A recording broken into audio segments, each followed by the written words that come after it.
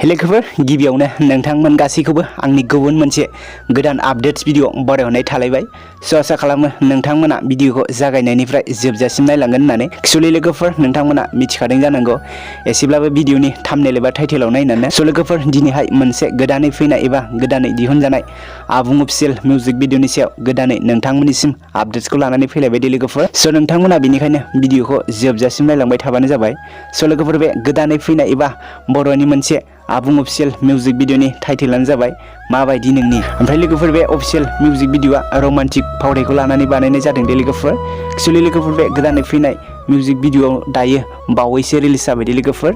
नोंथांमोना सोर सोर नायाखै बा दासिमबो नुवाखै दायो आरो सानजारां एन्टारटेनमेन्ट इउटुब चेनेलनि गेजेरजों उदाङै नायहैनानै लाबानो जाबाय लोगोफोर।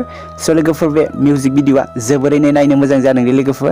नोंथांमोनाबो नायहैना लाबानो जाबाय। लोगोफोर बे अफिशियेल मिउजिक भिडिअआवनो गाहायै फाव खालामदों होननानै बुङोब्ला जोंहा मनीष स्वर्गियारी आरो टमी नार्जारी बिथांमोनानो लोगोफोर। आरो लोगोसे बे मिउजिक भिडिअनि मेथाइखौ रोजाबदों बिथां मुंदांखा मेथाइ रोजाबगिरि सोमखोर दैमारी आरो फुंबिलि बिथांमोनहानो। आरो रिलिजखौ सोमखोर दैमारी बिथाङानो खालामदों। आरोबाव कनसेप्ट आरो डाइरेक्शन हिसाबै दं बिथां लिसान रामी। आरो बे मिउजिक भिडिअनि गुबै प्रडिउसारानो जाहैबाय मनीष स्वर्गियारी बिथाङानो।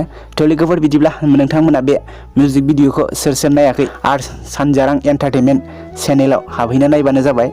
आरो नायनानै बिथांमोनखौ हेफाजाब खालामना होबानो जाबाय जाहाथे बिथांमोना बिदिनो आरो गोदान गोदान भिडिअखौ जोंनि गेजेराव लाबोना होफैनो हाबावो। लोगोफोर बिदिब्ला दिनैनि शर्ट आपडेट्स भिडिअआ बेखिनियानोमोन। ओमफ्राय लोगोफोर नोंथांमोना आंनि भिडिअखौ नायनानै मोजां मोनदोंब्ला लाइक कमेन्ट शेयार खालामदो। आरो लोगोसे सोरबाफोर चेनेलाव गोदानै फैदोंब्ला चेनेलखौ साबस्क्राइब खालामदो आरो लाइक कमेन्ट खालामलांदो। लोगोफोर बिदिब्ला नेक्स्ट आपडेट्स भिडिअआव लोगो मोनफिनगोन। Thank you for watching. Bye bye.